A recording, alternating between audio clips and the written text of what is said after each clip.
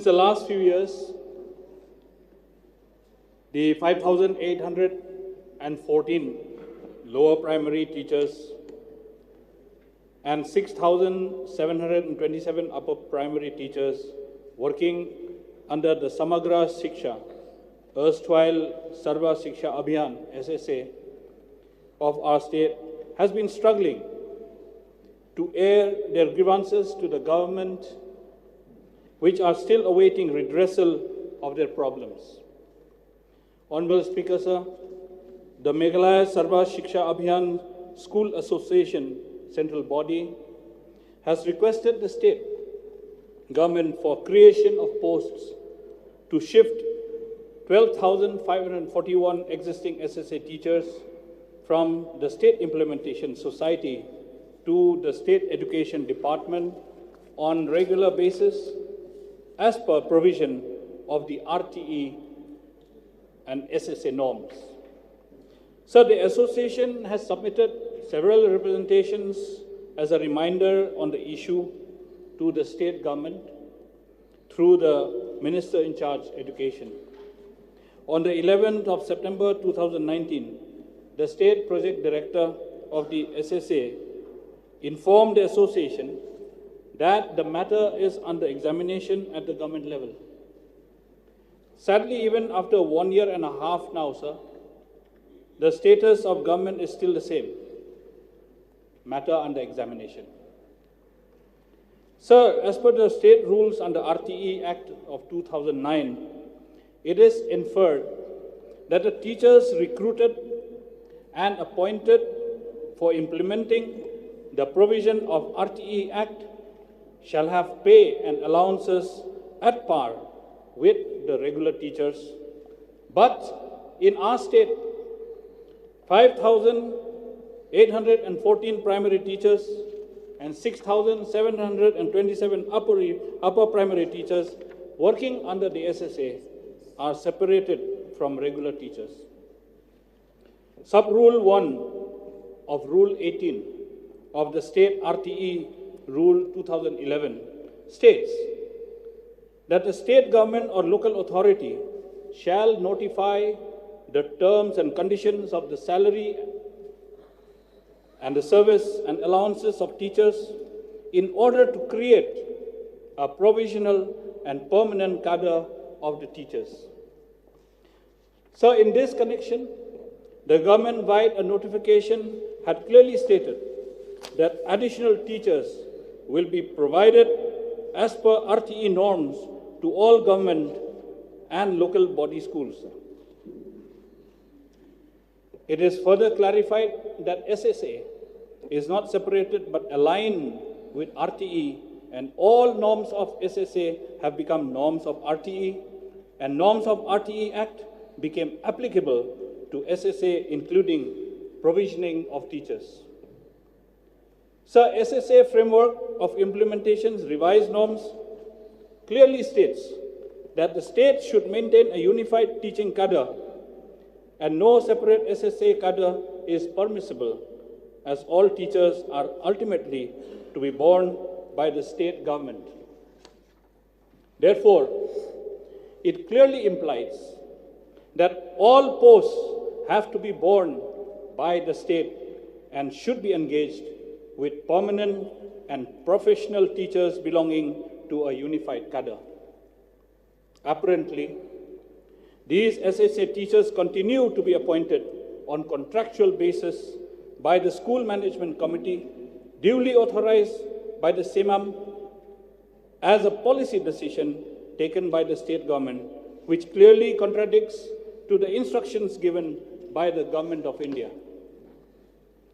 Sir, since the inception of SSA in 2001, after inclusion of Article 21A in the Constitution of India, the post of primary and upper primary teachers has been sanctioned as per the pupil-teacher ratio, the PTR, to the state government in various project approval board meetings with conditions that these posts would be filled by the State Education Department with same salary and service conditions as of other regular teachers of the government.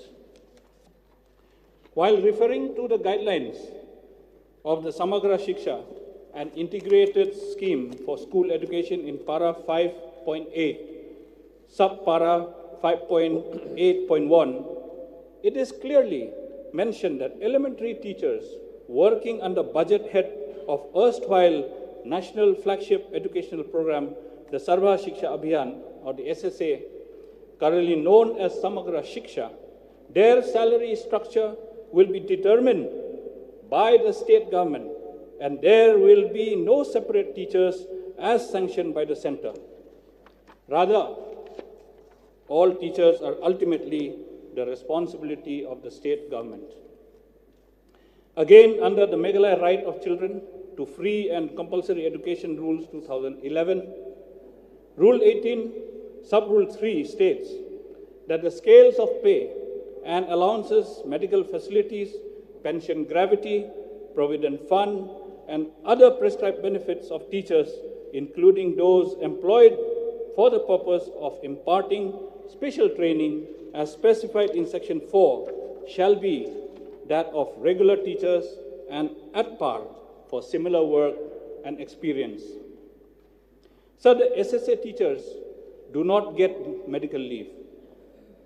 They are not provided any medical assistance in times of ill health. They are not entitled for earned leave nor maternity leave. They do not have service books either, sir. So the SSA teachers are deprived of all these entitlements, and therefore great injustice has been done to them. So they get a fixed salary of 19,044 for LP teachers and 20,493 for upper primary teachers. So the Honorable Minister in charge of Education, in his statement to the media, stated that the government will study the feasibility of the demand for enhancing the salaries of the teachers in the state. May I therefore get a clarification on this statement, which he says government will study the feasibility. So the Honorable Minister further states that the demand is genuine, but the government may or may not have the capacity.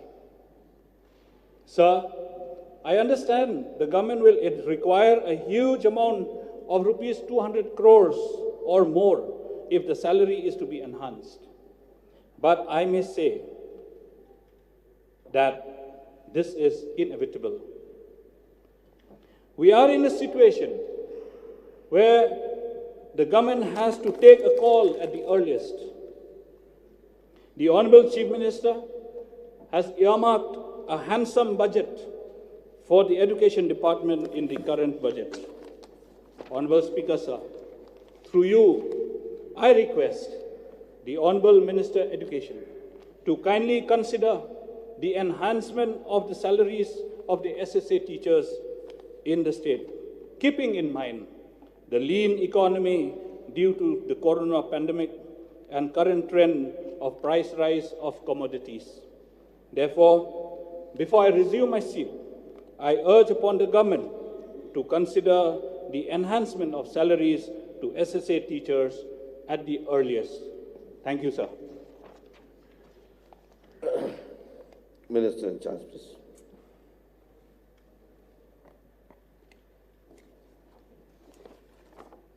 Mr. Speaker, sir, I would like to express my gratitude to the Honourable Member H.M. Shangpliang, MLA Mausin Ram, for the zero-hour notice under the Rule 49A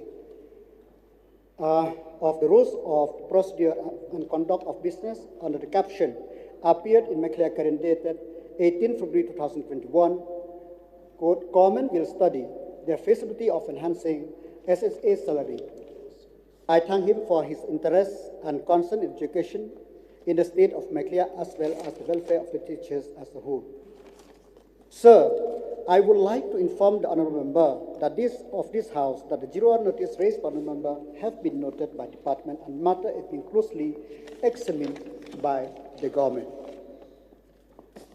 Sir, SSA is a Government of India flagship program for achieving universalization of elementary education in a time-bound manner, as mandated by 86th Amendment to the Constitution of India, making free and compulsory education to the children of 6 to 8 years a fundamental right. SSA being implemented in partnership with the state government to cover the entire country. That, sir, I would like to inform the August House that the study is underway to understand the demand of the SSA teachers and its feasibility. The framework of SSA of the integrated scheme of Samagra Shiksha Abhiyan and integration of Sarva Shiksha Abhiyan, Rashtriya Madhyamik Shiksha Abhiyan, and teachers' education at chapter 5, para 5.8, subpart A, stated that recruitment and other service matter of teachers are under the domain of the state, union territory, and the central government is only to provide support as per availability of fund. The norm of the SSA and RTE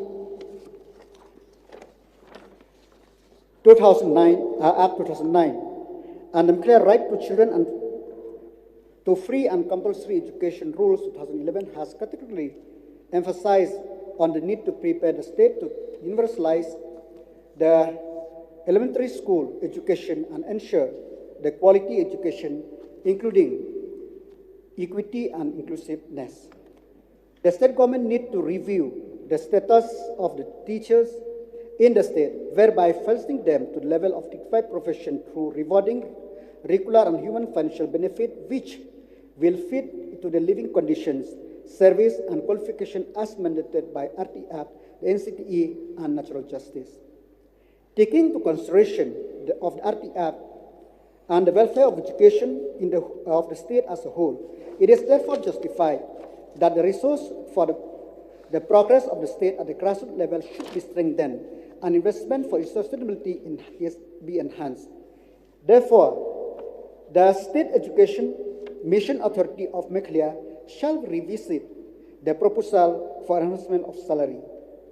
Sir, I will just want to go to some problem which arise, which need deliberation, and to see how we could overcome this problem. Number one, that these schools are managed by the managing committee, and recruitment to this post is being done by the managing committee. Number two, as the Honourable Member has rightly mentioned, the school should strictly follow the pupils to teachers ratio.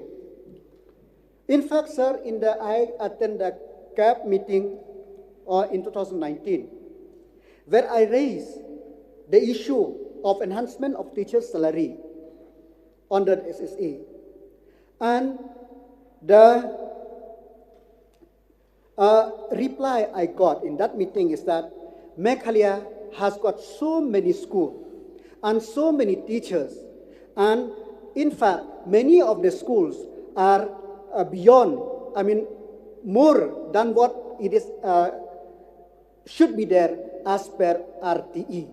So you should revisit and rationalize the school. And in fact, some of the school you need to have to do away with some schools.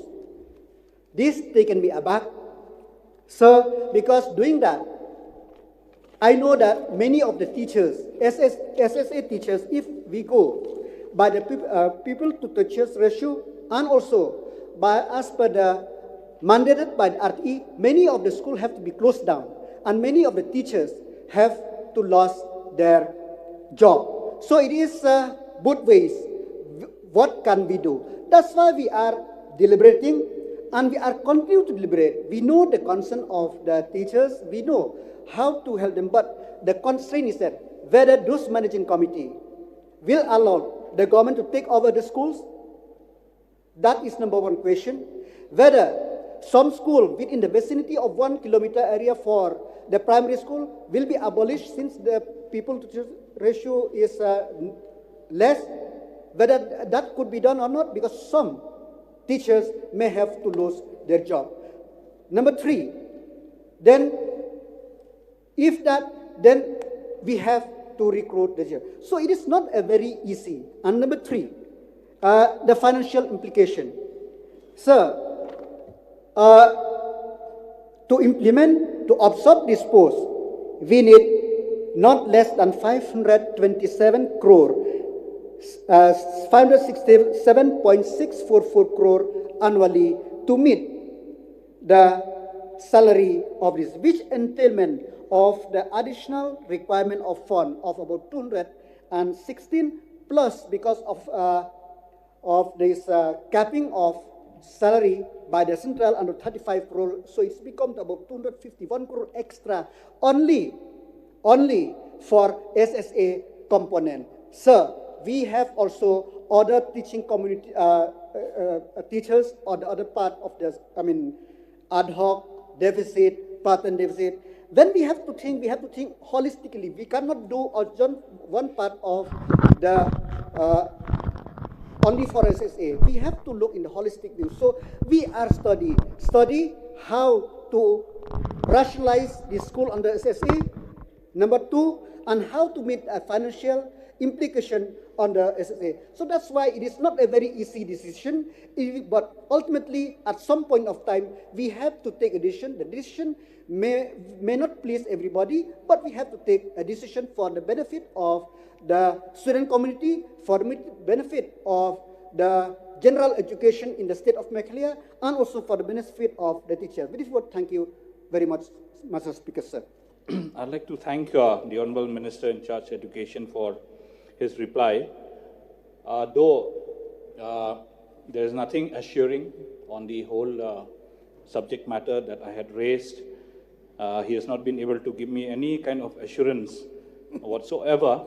I understand the difficulties that he is undergoing with the whole education teachers' problems of salaries, of appointments, and so on.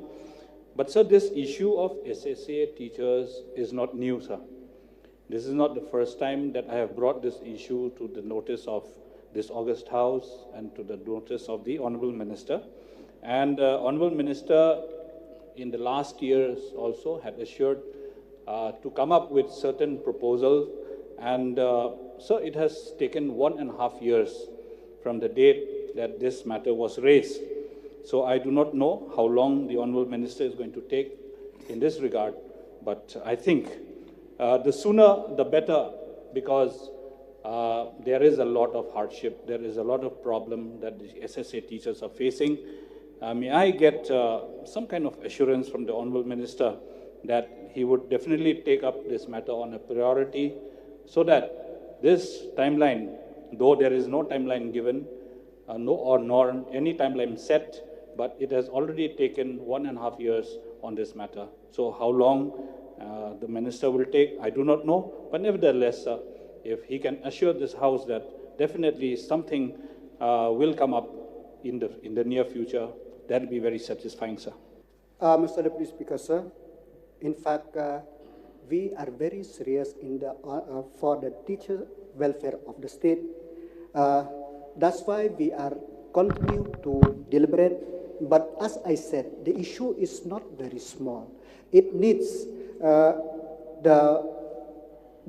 thorough deliberation. And yes, I do agree it is about 1 year back, but as you know that more than 6-7 months, we are lost because of this pandemic. We are going to deliberate, and more deliberation is needed so that whatever decision we take, it should meet as much as possible the aspiration of the stakeholder as a whole, sir.